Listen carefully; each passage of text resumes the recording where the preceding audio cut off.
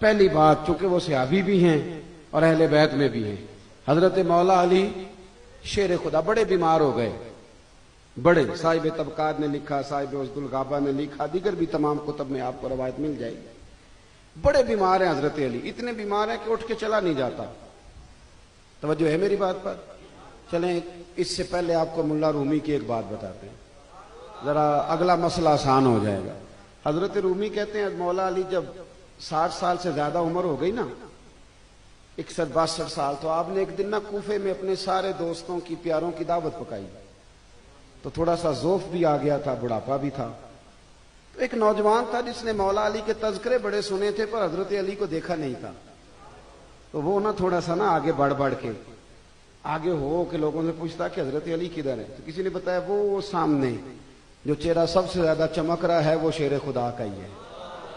تو وہ قریب گیا تو حضرت علی اخروٹ کھا رہے تھے، حضرت رومی کہتے ہیں اخروٹ کھا رہے، توڑتے تو ٹوٹتا نہیں تھا، اخروٹ توڑتے تھے تو وہ سخت ہوتا ہے نا جی، وہ ٹوٹتا نہیں تھا۔ تو وہ نوجوان ہنسنے لگا تو حضرت علی فرمانے لگے بیٹا ذرا ادھر تو آ، ہنستا کیوں ہے؟ وہ ڈر گیا، کہنے لگا جی نہیں ویسے ہی ہنس رہا تھا۔ آپ فرمانے لگے ڈر نہ کیوں ہنستے ہو، بول۔ کہنے لگا جی نہیں حضور معاف کریں، وہ آپ فرمانے لگے اگر تو نہیں بتاتا تو میں بتاؤں تو کیوں ہنس رہا تھا؟ کہو تو راز حیات کہہ دوں، حقیقت کائنات کہہ دوں، وہ بات کہہ دوں جو پتھروں کے دلوں کو بھی پاش پاش کر دے۔ کہا میں پھر بتاؤں، اتقوا فراست المومن فإنہ ینظر بنور اللہ، رواہ ترمذی۔ نبی پاک علیہ السلام نے فرمایا مومن کے سامنے نا زیادہ ڈنگے نہ مارا کرو، زیادہ کہانیاں نہ سنایا کرو، بلکہ اس کی فراست سے ڈرا کرو، وہ اللہ کے دیے ہوئے نور سے دیکھتا ہے۔ کامل مومن اللہ کے دیے ہوئے، ہماری بہت سارے لوگوں سے بات ہوتی ہے، اللہ جانتا ہے بڑی کہانیاں سناتے ہیں، وہ سمجھتے ہیں شاید سامنے والے کو کسی بات کا پتہ۔ حالانکہ ترمذی میں حضور نے فرمایا مومن نرم دل ہوتا ہے تو سامنے والا اسے بیوقوف بھی سمجھ لیتا ہے، حالانکہ وہ کیا ہوتا ہے، اس کا دل نہیں ہے کہ وہ ڈینگے مارے، کوئی کہانی سنائے، پر سامنے والا سمجھتا ہے شاید اسے کسی شے کا پتہ ہی نہیں۔ حضرت علی کہنے لگے میں بتاؤں؟ نوجوان میری بات پہ توجہ کرے، میں بتاؤں؟ کہ بتائیے۔ تو مولا علی مسکرا کے فرمانے لگے بیٹے تو ہنس اس لیے رہا تھا کہ بابے سے اخروٹ تو ٹوٹتا نہیں، تو اس نے خیبر کا دروازہ کیسے توڑ دیا تھا، یہ سوچ کے تو ہنس رہا تھا کہ اس سے اخروٹ تو ٹوٹتا کوئی نہیں۔ یہ لفظ کہے تو وہ نوجوان کہنے لگا حضور بالکل یہی بات ہے، میں سوچ رہا تھا کہ میں نے تو سنا ہے کہ الٹے ہاتھ سے دروازہ کھیڑ دیا تھا، تو اخروٹ تو ٹوٹ نہیں رہا، دروازہ کیسے توڑا؟ حضرت علی اٹھ کے کھڑے ہوئے، دیواریں ہلتی رہتی ہیں اور در کانپ جاتا ہے، علی کا نام سن کے اب بھی خیبر کانپ جاتا ہے۔ جناب شیر خدا اٹھے اور اٹھ کے نا تو نوجوان کو تھپکی دی۔ آپ فرمانے لگے پتر بیٹا تو اخروٹ چھوڑ، کوئی خیبر ہے تو دکھا، میں آج بھی توڑنے کو تیار ہوں، اخروٹ کو چھوڑ تو۔ اور پھر بڑے خوبصورت جملے کہے، یہ تقریر نہیں ہے، وہ تقریر نہ سمجھنا، جذبات کا اظہار کرنا، خدا را میرا درد دل سمجھنا۔ مولا علی فرمانے لگے بیٹا اخروٹ میں وجود کی قوت سے توڑ رہا ہوں، اور خیبر کا دروازہ میں نے ایمان کی طاقت سے توڑا تھا۔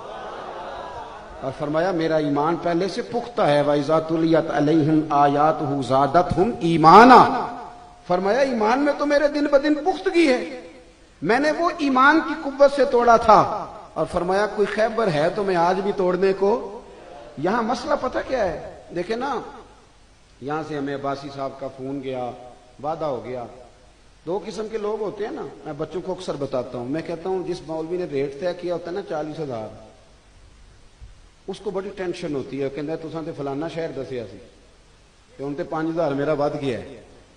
لیکن جس بندے کو اللہ یہ شوق دے دینا کہ میں دین کے لیے نکلا ہوں، تو وہ پھر جتنی گلیاں گزرتا ہے نا، اس کا ایمان گواہی دیتا ہے کہ یار یہ ساری چیزیں قیامت میں تیرے مومن ہونے کی گواہ بنے گی کہ تو اللہ کے دین کے لیے نکلا تھا۔ آپ میں جب ایمان کی طاقتیں ہوتی ہیں تو جینا آسان ہو جاتا ہے۔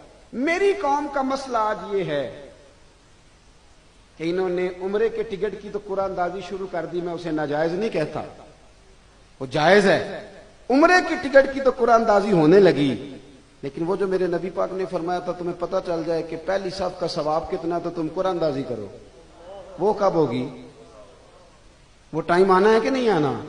وہ کس دن؟ چونکہ وہ حضور نے فرمایا ہے، وہ جو حضرت عبداللہ ابن عمر نے کہا تھا تمہیں پتہ چل جائے کہ اذان کا ثواب کتنا، تم قرآن اندازی کرو. اور وہ جو فرمایا تھا حضرت مجاہد نے کہ تمہیں پتہ چلے مسجد میں جھاڑو دینے کا اجر کتنا ہے. کس کام کا جی؟ کہاں؟ نہیں، وہ تو قاری صاحب کی ڈیوٹی ہے نا، ساڑھی تو نہیں نا. مسجد میں جھاڑو دینے کا اجر کتنا ہے؟ تو فرمایا تم قرآن اندازی کرو کہ آج میں نے دینا ہے. ایمان کو پختہ کریں. یہ جو کچے پکے لوگ ہوتے ہیں نا، بیچ میں رہ جاتے ہیں. تو مسند امام احمد میں طبقات میں اسد الغابہ میں حضرت مولا علی بیمار ہو گئے بڑے شدید. حضرت عمر کا زمانہ خلافت تھا، اتنے بیمار ہوئے کہ اٹھ کے کھڑے ہوتے تو ٹانگیں کانپتی. حضرت سعد بن ابی وقاص تیمارداری کرنے گئے تو مولا علی شیر خدا کرم اللہ تعالی وجہ الکریم سے فرمانے لگے، علی یار تم تو بڑے کمزور ہو گئے ہو، مجھے لگتا ہے اس بیماری میں بچو گے نہیں. تو حضرت علی نے جناب سعد بن ابی وقاص کو قریب بلایا، فرمایا تو فکر نہ کر، مجھے اس بیماری میں موت نہیں آئے گی. انہوں نے کہا علی موت کا تو کوئی پتہ ہی نہیں کب آ جائے، تمہیں کیسے یقین ہے؟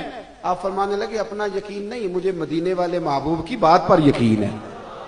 اللہ کے رسول نے فرمایا تھا کہ علی تو اس وقت دنیا سے جائے گا جب تیری داڑھی خون سے رنگین ہو جائے گی. اس کا مطلب ہے میں میدان میں کھڑا رہوں گا، کوئی مجھ پہ وار کرے گا، کوئی مجھے شہید کرے گا، میں بیماری سے نہیں مروں گا. حضرت سعد بن ابی وقاص کہتے ہیں میں نے ان کا وہ یقین کامل دیکھا تو پھر چند مہینوں کے بعد میں نے مولا علی کو تلوار لے کے میدان میں بھی کھڑے دیکھا.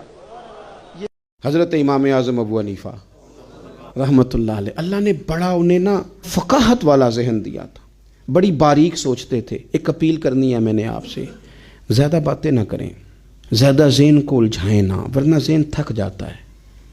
تھوڑی دیر خاموشی اختیار کریں، اللہ کے فیصلوں پہ راضی رہنا سیکھیں.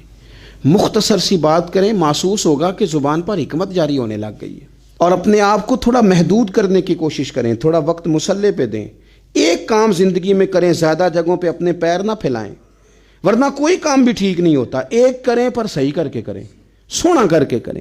اپنی زندگی میں جب آپ حکمت کے ساتھ، خوبصورتی کے ساتھ، تھوڑے انداز کے ساتھ آگے بڑھیں گے، ہمیں محسوس ہوگا کہ یار یہ کام تو کم از کم مجھ سے صحیح ہوا.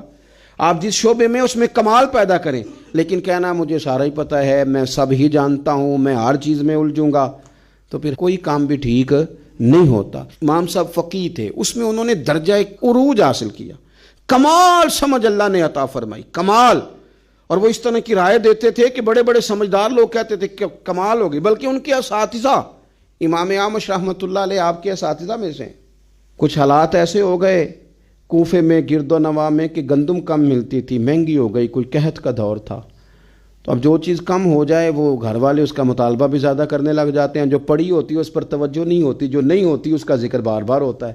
تو آپ کی اہلیہ روز کہتی آٹا ختم ہو گیا ہے، اور روز تھیلا تھما دیتی آٹا لے آئے. ہم اتنے بڑے عالم تھے، 2 4 5 دفعہ تو وہ گئے، پھر اب ہر جگہ سے ملتا بھی نہیں تھا.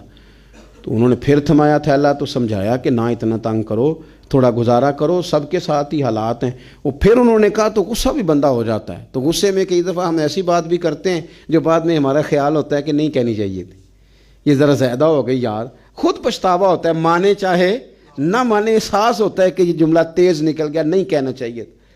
تو امام صاحب اتنا ناراض ہوئے اپنی اہلیہ سے کہ کہنے لگے آج کے بعد تو نے تھیلا تھمایا نا آٹے والا، یا آٹے کا کہا تو یہ 3 طلاقیں، تو فارغ ہے میری طرف سے.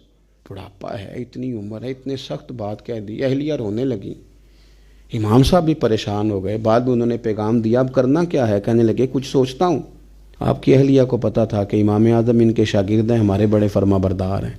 انہوں نے نا 1 2 دن کے بعد پیغام بھیجا کہ اب آٹا بھی ختم ہے، کہنا بھی ان کو ہی ہے. اور انہوں نے بڑی سخت بات کر دی ہے کہ اب کہا تو 3 طلاقیں. تو امام صاحب سے مسئلہ پوچھا کہ اب بتائیں کرنا کیا ہے؟